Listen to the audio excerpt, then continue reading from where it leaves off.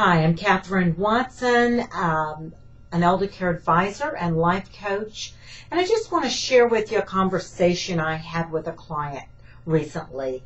It's one that I have pretty often with clients, and it's one that probably you can relate to.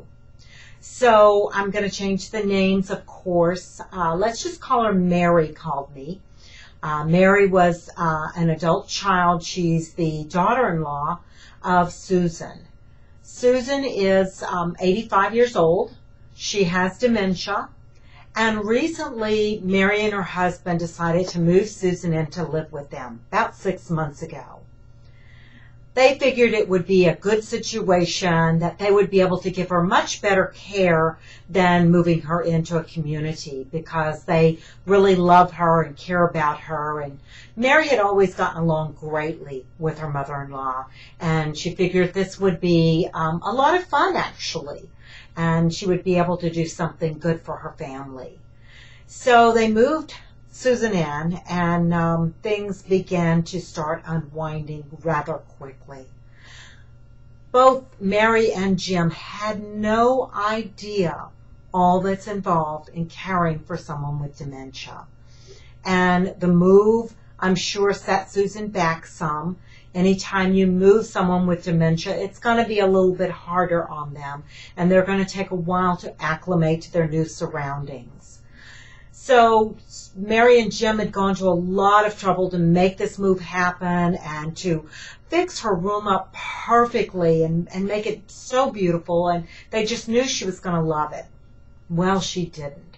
She was unhappy about the move. She was confused. She was overwhelmed, and she was scared, which are normal reactions, especially for someone with moderate to severe dementia.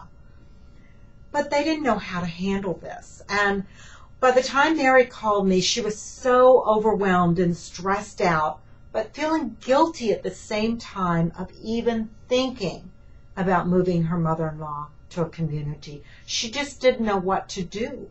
And she kept telling me over and over, I just don't think I can keep on doing this. I don't know if I can do this. She said, I wake up in the morning and my heart is racing.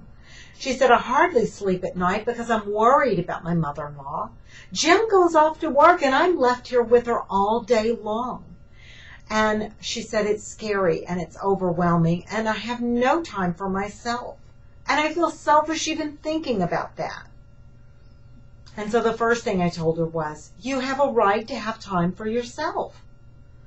So I asked her to take a day off. Just take a full day off, I told her.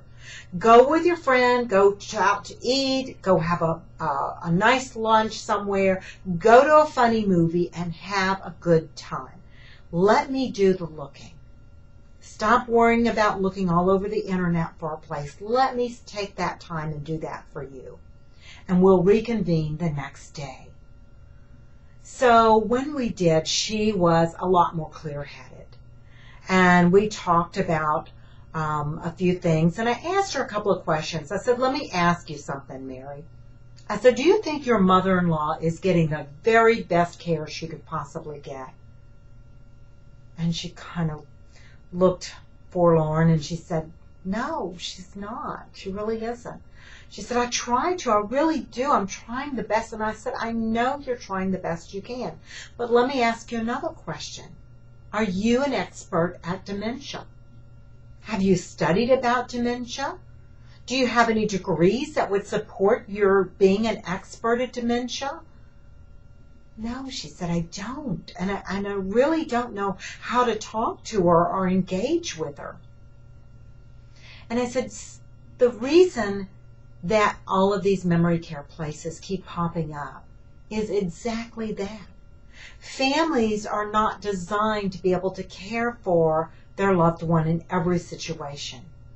And sometimes a family member with dementia is too much to handle. Bringing them to a community allows you to become the daughter-in-law again, and allows your husband to become the son again.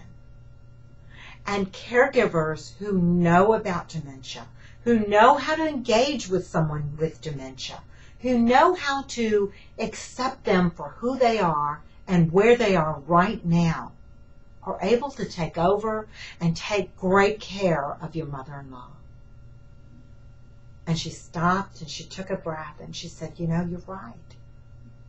So I want you to really think, if you're dealing with an elderly parent with dementia and it's becoming overwhelming, but you're feeling that guilt of the thought of moving your parent, I want you to really give it a lot of good thought and decide whether you are the best person to care for your loved one, or whether it would be best to go back to being the daughter or the son or the daughter-in-law or son-in-law or whoever you are to that person.